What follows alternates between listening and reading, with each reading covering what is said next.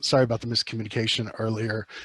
My name is Michael Genova. I serve on the TEA Western Division Board's Education Committee as an academic associate member, and I'm also the director of the Entertainment Engineering and Design program at the University of Nevada, Las Vegas. Welcome to everybody here today.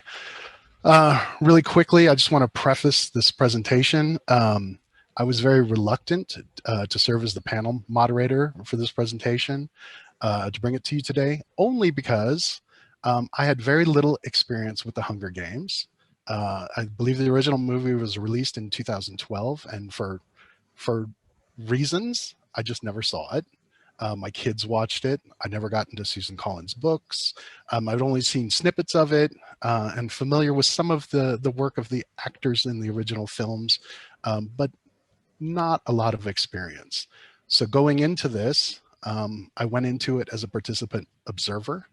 I was just going to the exhibit to see everything that I could see, to learn everything that I can learn, and to have the experience that was meant for that that group of people that we often talk about but don't know who they are, the broader audience, and that's me. So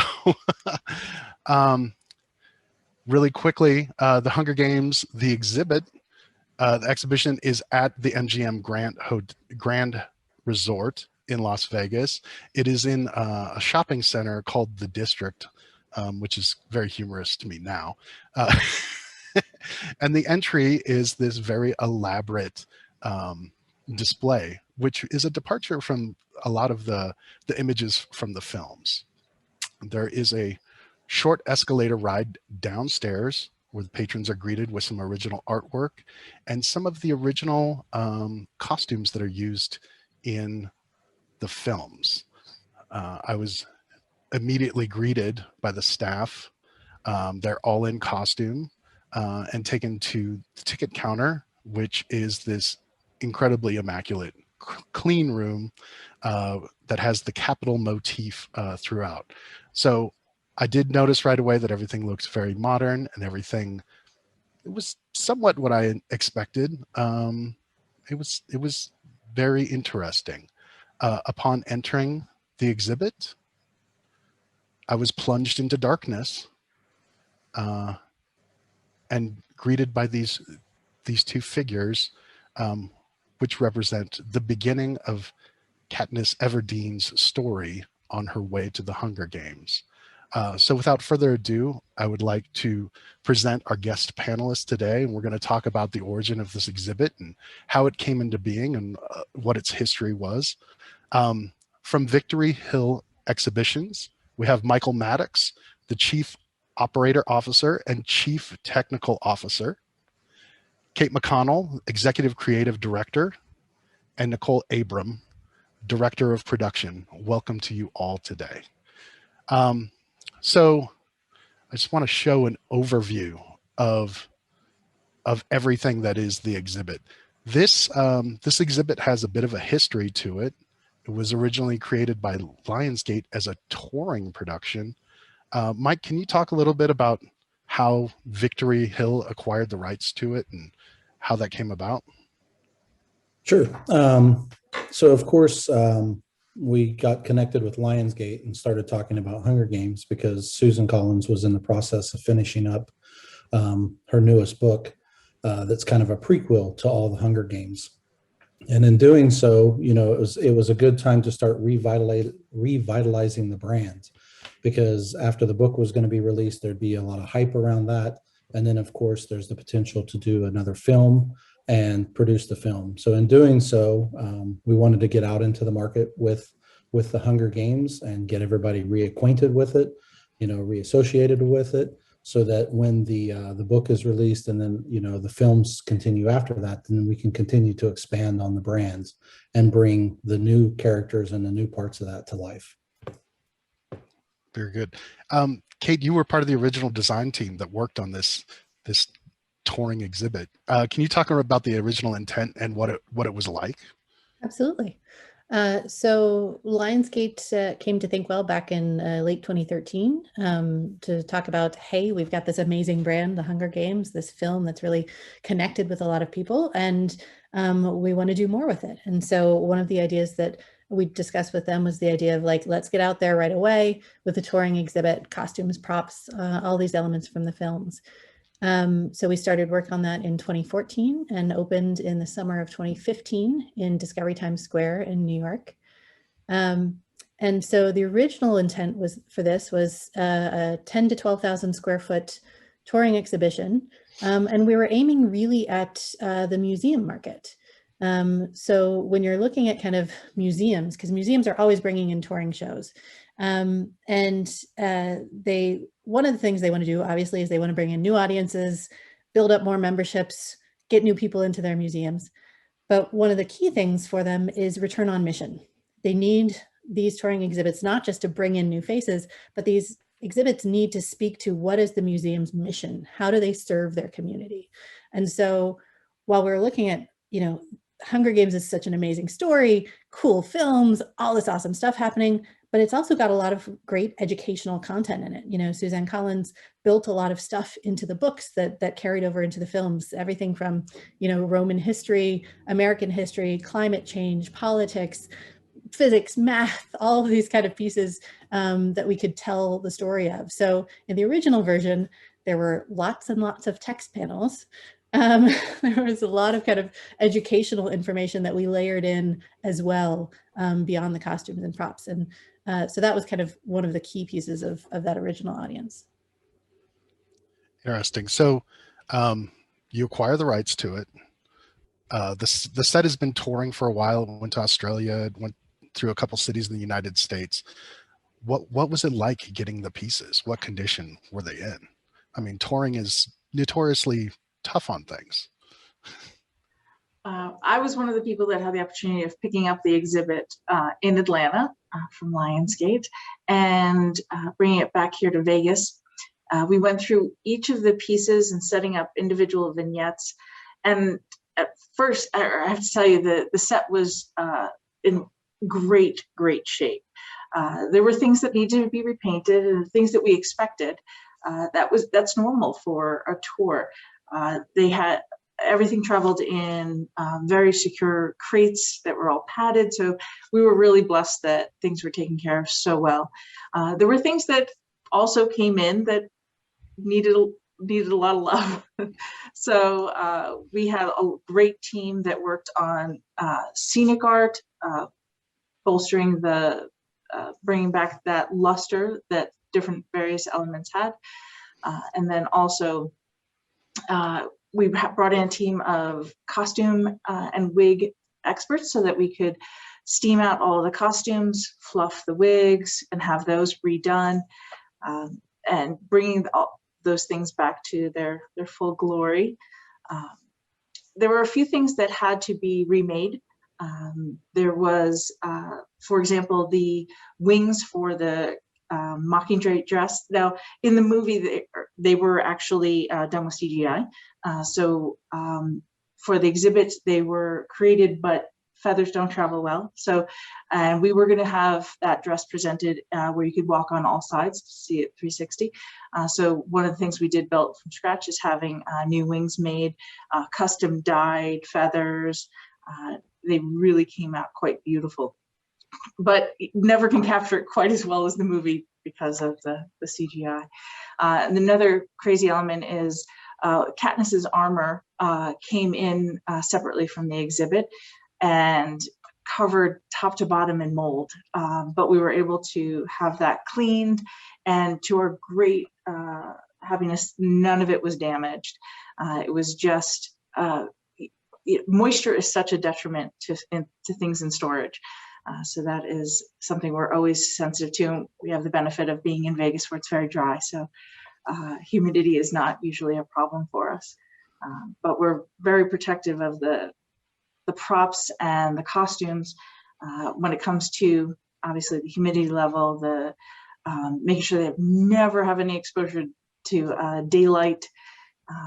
And then one of the other things I wanted to share is that when we were, prior to bringing the costumes into the venue, we had air scrubbers running for 2 weeks just to make sure that the air was clean enough to bring those pieces in after all the construction. So went to great lengths to bring those pieces in.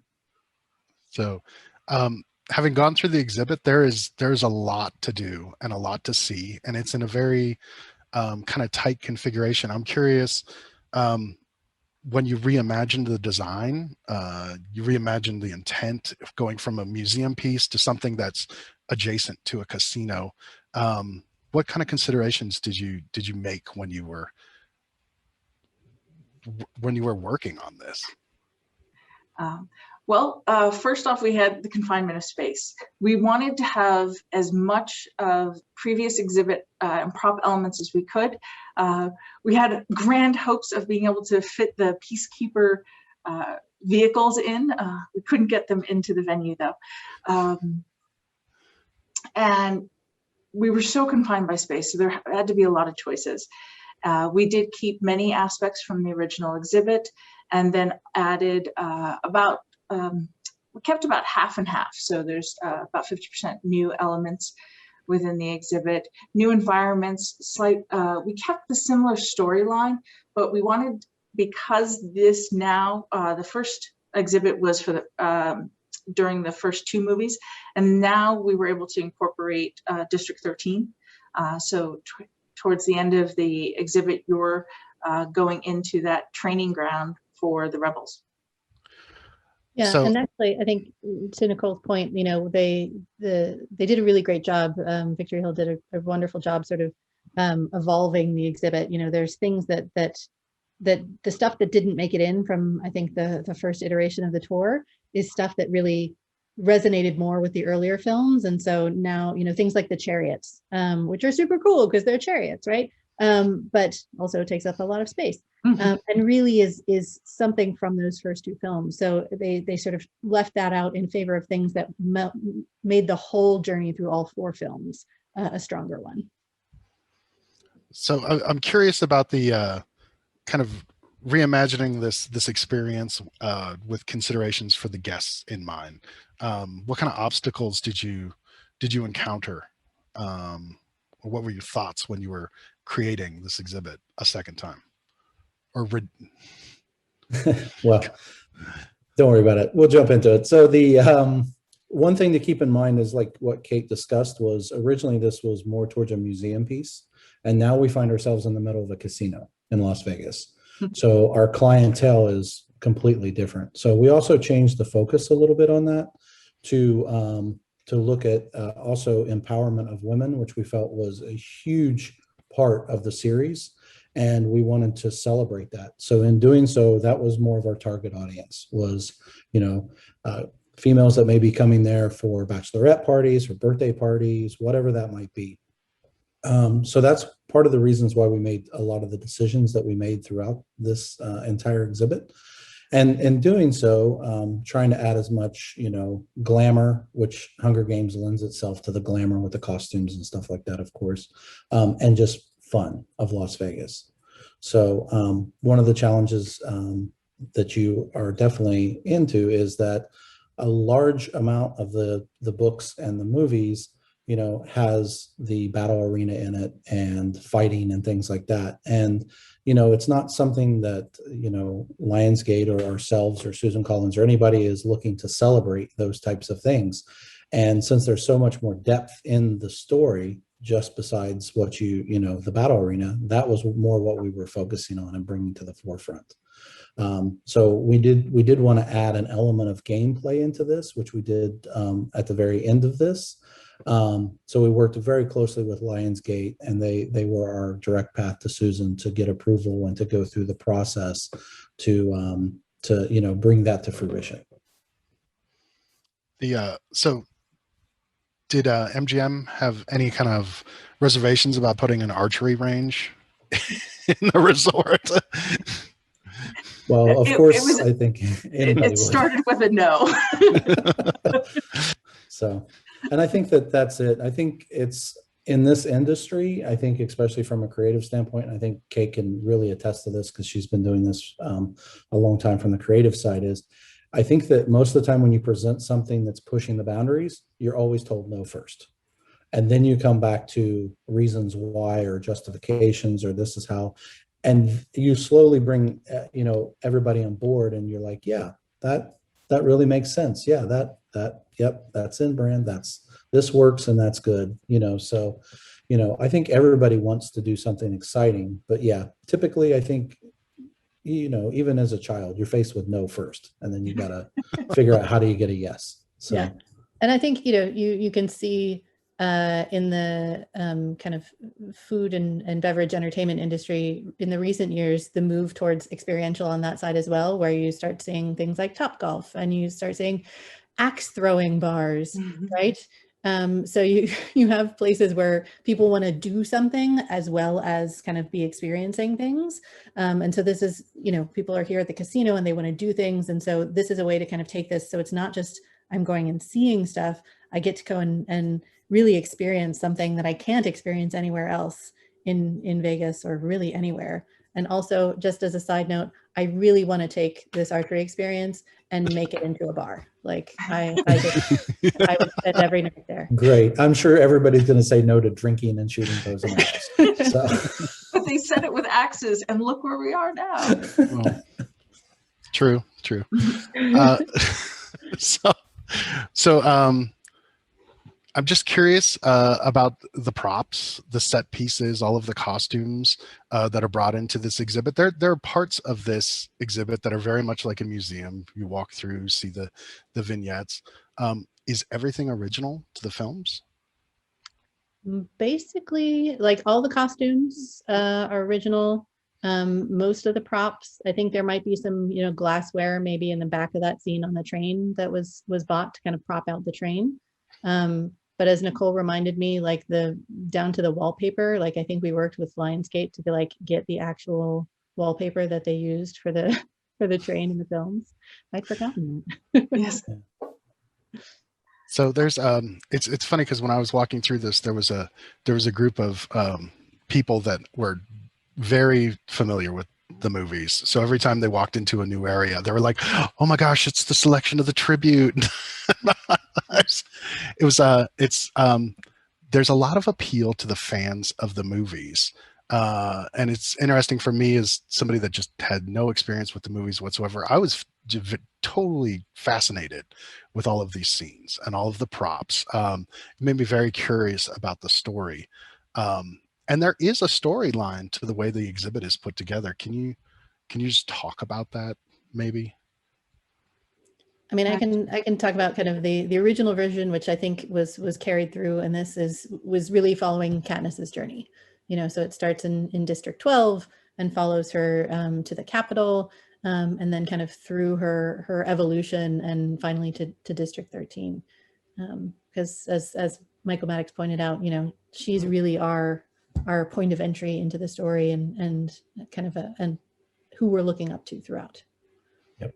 And I think that you brought up a valid point, Michael, earlier, is that the one thing that we pride ourselves on as a company when we build and design any of these exhibitions is we don't just focus on the super fans. We focus on super fans, maybe people that do not know the brand at all. And so we try to get them excited and come in. And that's, as you can see in this, the super fans come through and they see and know everything. There's little hidden gems within there. Like you can kind of barely see it, but the knife stuck into the table in the train is in there. So there's little hidden things all over the place. But also for anybody like yourself that has never experienced the films or whatever, you go in and you enjoy it as well. And you have a good time leaving. And hopefully it, has interested you either to watch the films or read the books at some point, potentially. So it's interesting because I was expecting a lot more snippets of the movie or how the movie was made. There's some of that, but it's not overwhelming. I'm curious about this room. This is the trivia room game, which by the way, I did terrible at. I mean, even though that there's only 2 options, you think you could get 50% of the answers correct. I think at best I got 20% of the answers correct. Can you talk just a little bit about the exhibit? Was this something that Victory Hill created for the exhibit? Yes, it is. We wanted to give guests the opportunity to have kind of a little snippet of a Wikipedia of the brand and the games, but also the movies themselves offered such a great opportunity with Capital TV that was hosted by Caesar. And so we went off of that motif and created an environment where guests would get to have questions. They'd see the questions and be able to determine, what was President Snow's favorite flower. And you would have options, A or B, and the group will move in the room to choose their answer. And a real sense camera overhead will sense how many people are standing on each of the circles, and it'll tally on the screen. Is the group doing well? Or did they get the answer right? And the gameplay will actually respond to how the guests answered the questions, and it'll move through based on those answers. So how many people can play this game at a time? Comfortably is about 14 people actually doing the gameplay with others as observers. But it does kind of come down to how many people you can fit on that circle. How it tallies the answers is the percentage of the people in the room. So if there are 2 people and they're both standing on A, that's 100%, or it does it by percentages of people, not quantity of people. Yeah, and I will add in, there's less people that play it currently during COVID than non-COVID times. So fair enough. So moving into President Snow's office, I have a background in theater, in building scenery. This was just a jaw-dropping room to walk into. I mean, the details were exquisite. Nicole, I know I know you mentioned that you had some difficulties with this space. Can you elaborate? Well, we had a tremendous scenic company work on this, Great Lakes out of Canada. They have phenomenal scenic artists. They did a wonderful job. We did a complete replica of Snow's office, and then found out that that actual space that was utilized in the movie was a chateau in France that we're not actually allowed to replicate. So then we had to come back and redo our look and feel of the room, but trying to stay within the flavor. So it couldn't be a replica of the space, but it could denote that flavor. One thing we could duplicate exactly was the custom carpet with the capital eagle on it. Because of course that was brought in for the movie. And the chair, we tried to replicate everything that we could, as well as the eagle in the background that we were able to, the eagle had been sold at auction and we weren't able to get it back. And so we created that eagle. We were actually able to 3D print that in-house and have that finished out. It's a really nice piece. I would have never guessed that it's 3D printed. Yeah, the level of detail and all the marble work and just everything in that room, I felt like I was walking into a different space. It was just amazing, into a different world. The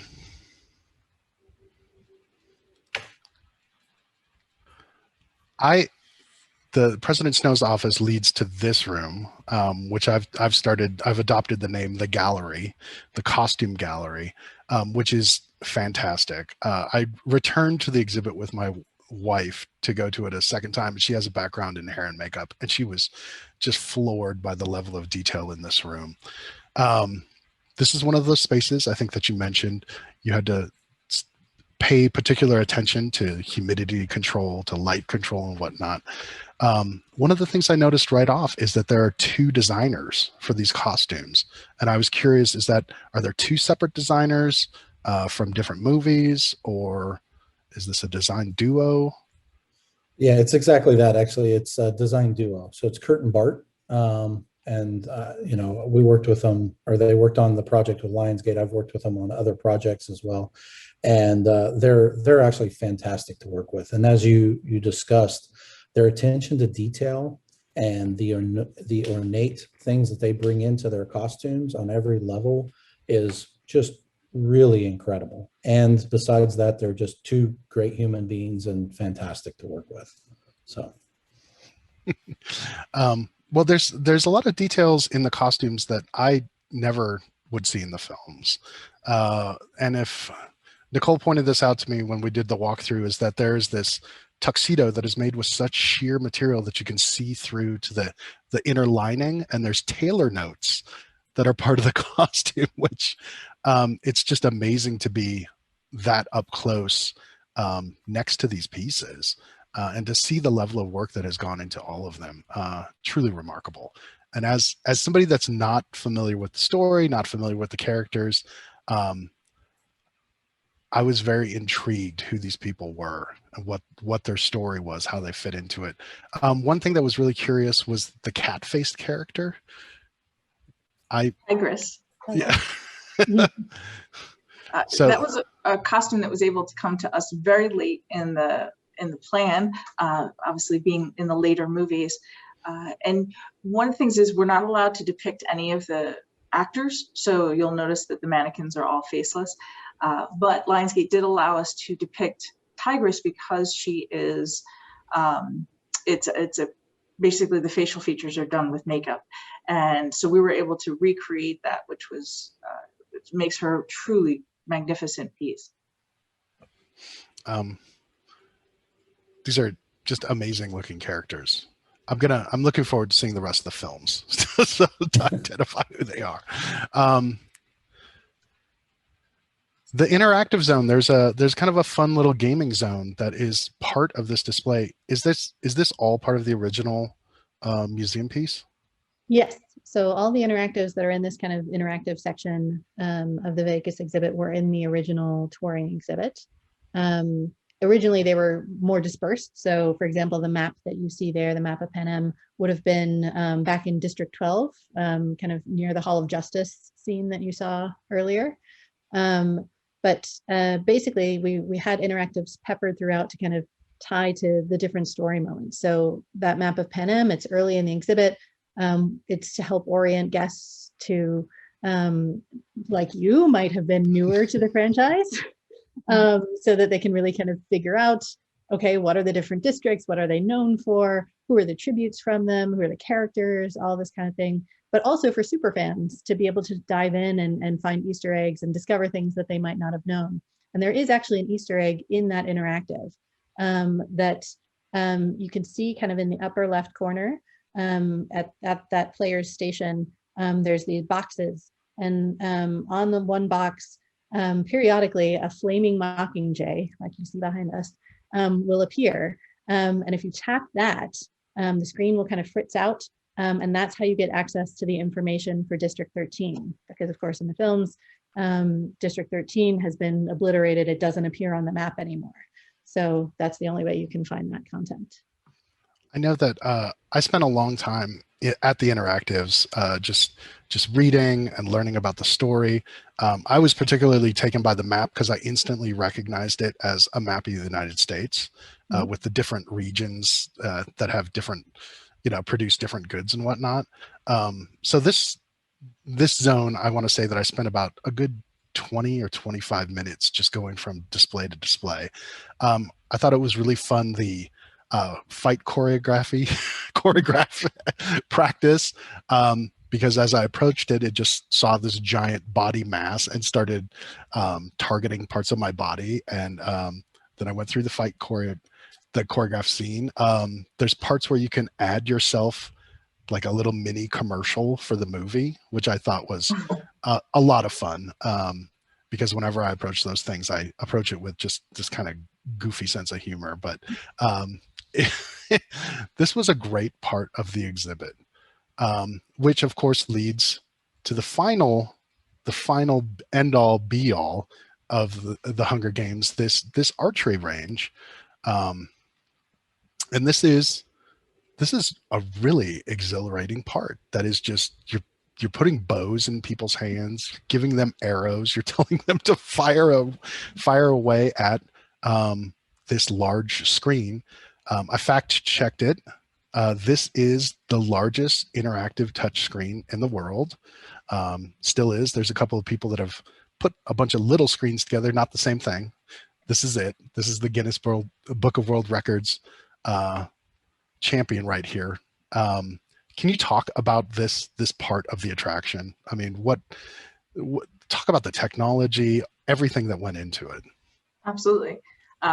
So there are the screen, the interactive screen itself is about 28 feet wide, 11 feet tall, and there are 4 separate screens in the room.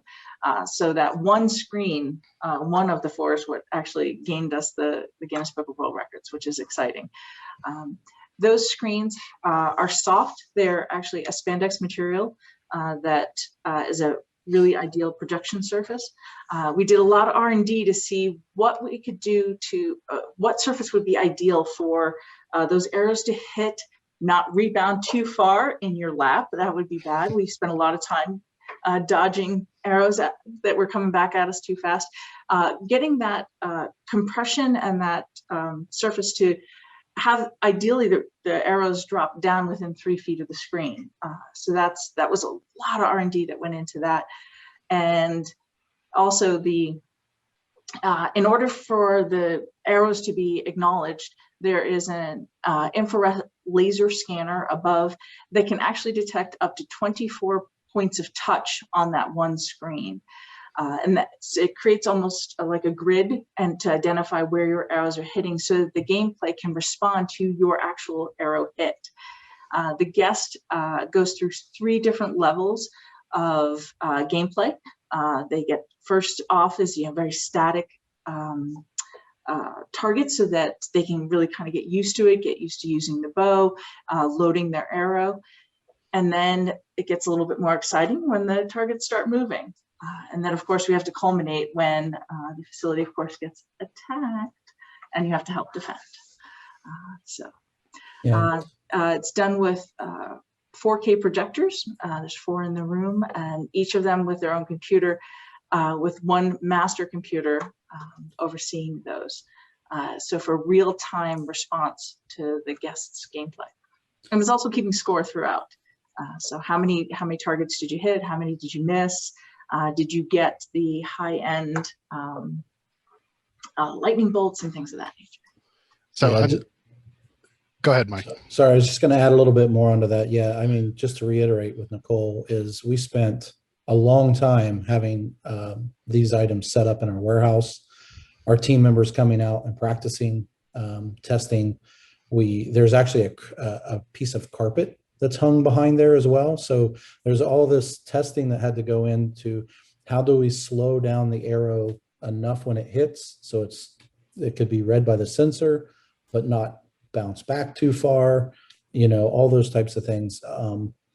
And then even taking some of the members that's never shot a bow and arrow before out there to figure out, how do they respond? What do they want to do so that we can learn from that aspect as well.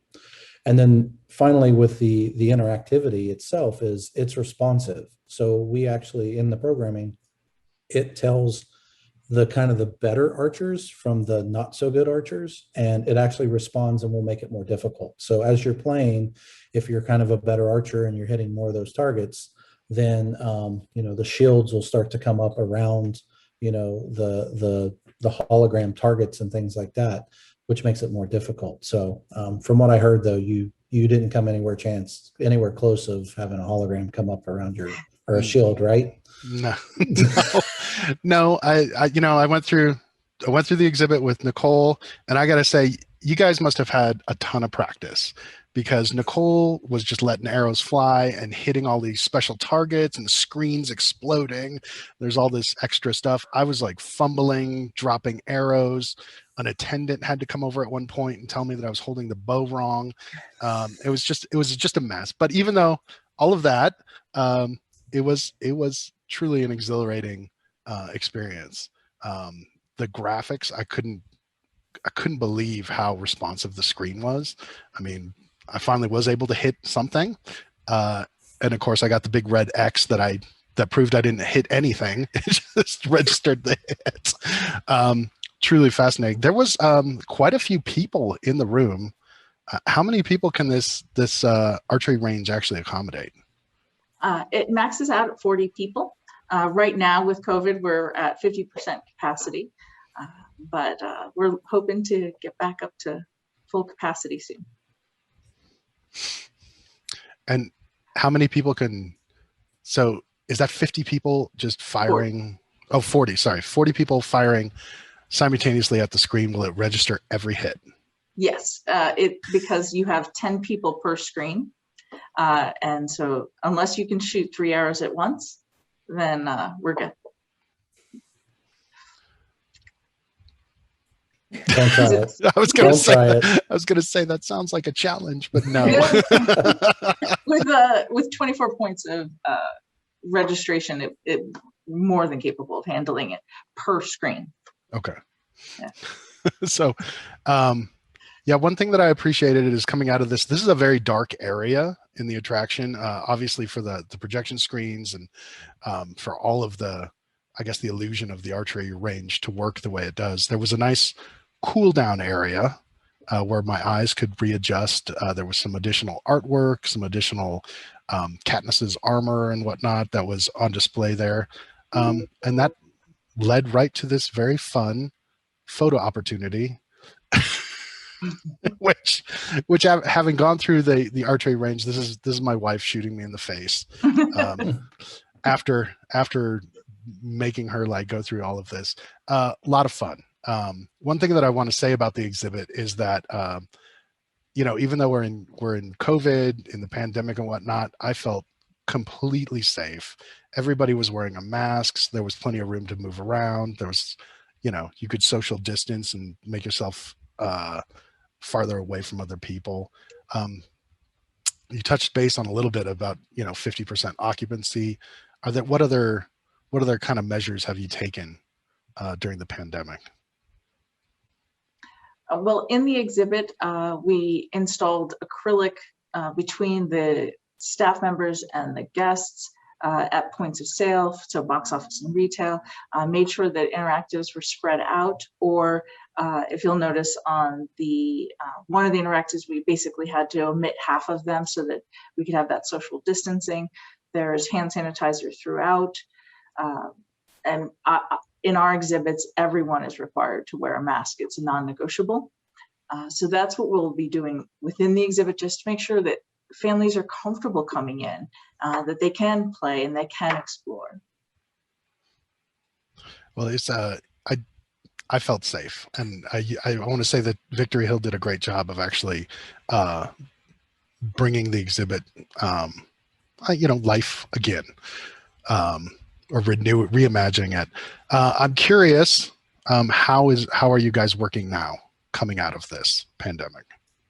So I think Nicole touched on that a little bit. So we do take precautions with all of our partners across all of our exhibitions to make sure that any local regulations are put in place, social distancing, hand sanitizers, masks, all that. We have some places require temperature, so they'll get their temperature taken before entering. We've actually been really lucky in the process. So we just had a slight pause in the business as at the very beginning when they were trying to figure things out. But since we have locations all over the world, areas would start to open up sooner. The biggest challenge for us had to be during this time, since we were one of the few entertainment organizations that could actually start, you know, having guests come in and things like that. The demand for us increased, of course, as well. So we've had to reopen exhibitions remotely, because we basically traveling is the hardest point. So we would go somewhere and maybe travel with 10 to 12 people to China or some other country. And we can't necessarily do that right now, where it's extremely difficult. So we have had to develop a new way to do reopenings and then new installations as well. And here's some images of kind of what we've coined as our command center in a way. So it's our employees in our office and our team members, where we hire local teams, local professionals to be on the ground, pretty much each location. So if we have a group of electricians working, they'll have multiple iPads on sticks, basically, that get set up in the location. You have 1 to 2 people with a cell phone that they can get in very close. And then, of course, potentially translators, depending on where we're at and what's going on. And then, you know, our specialists sit there with large televisions, computer screens, and multi-cameras, and they can bring anyone up and zoom in. And they're the ones that's basically, you know, talking to the local technicians, explaining how things can be done, training, teaching, all that kind of stuff. So we have successfully opened several exhibitions now at this point using technology like this to do it completely remote, which has drastically changed how you have to think, how you have to look. Of course, things look different on monitors. So especially when it comes to audio, you can't necessarily hear audio the same way, and you can't see lighting the same way, especially theatrical. So we have ways that we work with different films and photographs and stuff like that to be able to assess those things, make adjustments to make sure that we're staying true to the brand, the IP, and the original designs on stuff. Sounds like very creative solutions for a very difficult problem. These images look amazing. I couldn't imagine kind of directing somebody's work from halfway across the world. Yeah, I mean, trying to look, yeah. So the one image in the upper right corner it's a different IP. It's our Jurassic World exhibition, but that's roughly about 26,000 square feet. And what we did is we actually built the entire structure on site with a foundation, and then installed the entire exhibition with retail store, box office, and all that stuff, completely 100% remote, using some of our local teams on the ground as well as local labor and support. And remote in the middle of the night because it's yes. Yeah. Okay. Very good. Truly amazing work. I'm going to open up the floor to questions at this time. I am trying also to figure out where my chat window is. So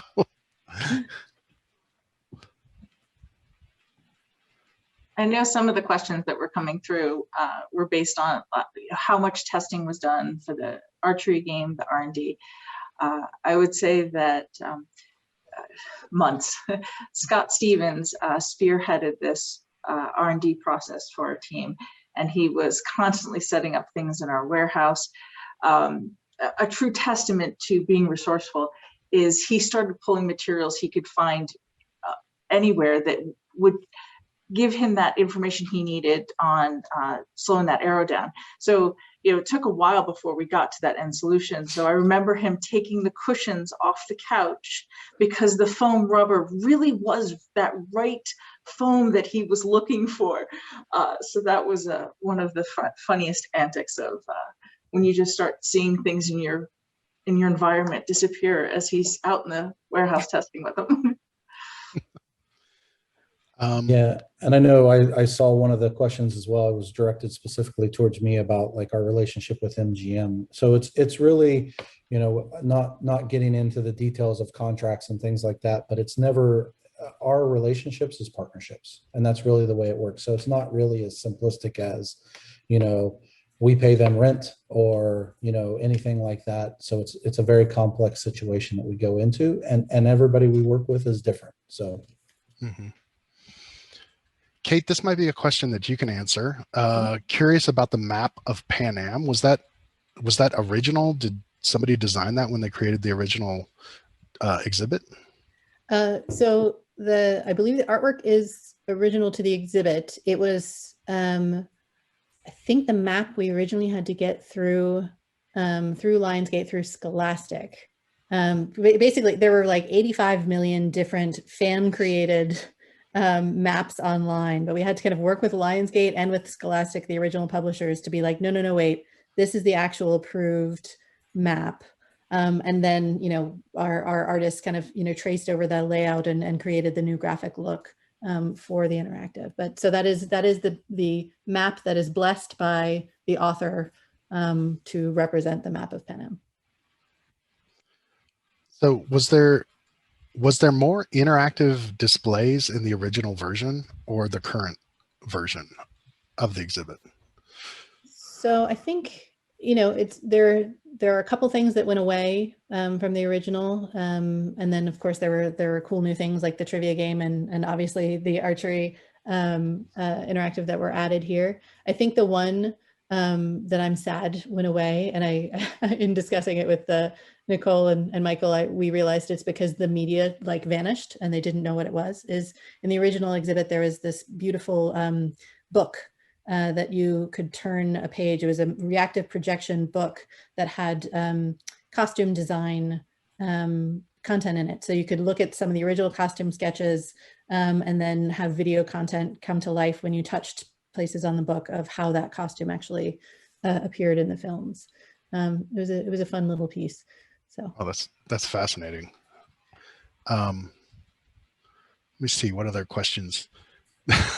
Lots of people, lots of fans are attending this event there. Well, Scott Stevens is actually in the chat and he's answering some of the questions for us. Nicole mentioned him earlier. He was the key person in the project to really coordinate that, the interactives, but specifically that final game. So I got a question about the archery game itself. Somebody's interested in the platform that it was made on. Is that something that was, I guess, program designed in-house, or did it come from a different gaming engine? Yeah, it's Real Engine is the actual software. Unreal. Okay. And we did work through a wonderful company, Fly Studios, that did all of the creating of that software, as well as the animations and the graphics that you see on the screen, which went through several different iterations as we were trying to figure out what would work best that we could shoot that would not that did not resemble anything about putting guests in the arena. We didn't want to do that. It was more about putting them in an environment where they're just training. And so, but what you're shooting at has to be, it cannot resemble an animal. It cannot resemble a person. So they are holographic versions of robots. And so we did a lot of work, went through a lot of versions with Lionsgate to make sure that we were all in accord on being sensitive to those different aspects. I have an interesting question here. I feel like I know the answer, but the upcoming President Snow prequel in the works. Would you imagine a way to improve or extend the existing exhibition? Definitely. Yeah. I think, we know that that Lionsgate is going to make a film of that. We're super excited to kind of, with all of you all, like discover when those announcements come out of the timeline of that and who's going to be in it. I think it's going to be really exciting. But I think, the prequel, of course, it takes place, several decades before the events of the Hunger Games films. So, the question is, how do we approach it? Do you do a parallel storyline in there? Do you do, an AR overlay or a phone app-based overlay? Do you do kind of little insertions of where, the prequel is in dialogue, thematically with Katniss's story? I think there's a lot of different ways to approach it, but I think there's absolutely room for that content to go in there. Well, and in general, with all of our IP, we are constantly in an evergreen process of updating and adding to it. It's one of those when you stop, you die type of a thing. So we always look for that. So every time we go and do a new installation somewhere at a new location or whatever, if we have new approved creative or an idea or concept that goes in, we put it in, and we test it out. And if it's successful, then we put it through everything at that point. So we're always looking to grow. I have one final question. Oh, wow, I got more questions coming in. Were there ideas for the exhibit that did not come to fruition? I don't know if you could talk about any of them or not. Of course. Grand ambitions. We had guests taking pictures with the peacekeeper vehicles. We had them stepping out of airplane. Oh, we have all kinds of things. Absolutely. Just not everything can come to fruition right now. Yeah. Some of it's dictated by size of the venue. Some of it's dictated by ceiling height. I mean, like Nicole mentioned, we would love to get the peacekeeper vehicles in somehow. They're amazing pieces, but we physically, we looked at taking the wheels off, taking parts off it. How do we get it through door? And it wouldn't, just physically would not get through. And, from the point of view of the original exhibition, the one thing that we really wanted to get in, but that we just weren't able to kind of come to a way that Lionsgate and the author and all of us were happy with kind of suiting the tone of the exhibit and the theme of the films, was an archery experience. Mhm. So from our perspective, of the original, I'm super happy that that it has evolved this way and that there is this new archery experience. All right. Well, I want to thank all of you for attending for coming today, for sharing the design process with us and talking about all of the work that went into the Hunger Games exhibit. It is truly fascinating. And I just want to let you know that I've watched the first movie. I'm looking forward to getting into the books sometime later this summer, watching the rest of the films. I am definitely a fan now. I've been so taken in by the stories and the characters. I'm looking forward to just experiencing this story more and understanding this world of Panem. So thank you so much. Well, thank you so much for having us and allowing us to share our experiences. There's an element of commiserating in our industry, that is for certain. All right. Okay. Well, I think that's it for everybody. Thank you so much. Perfect. Thank Thank you you, very much. everybody. Thank you. Bye.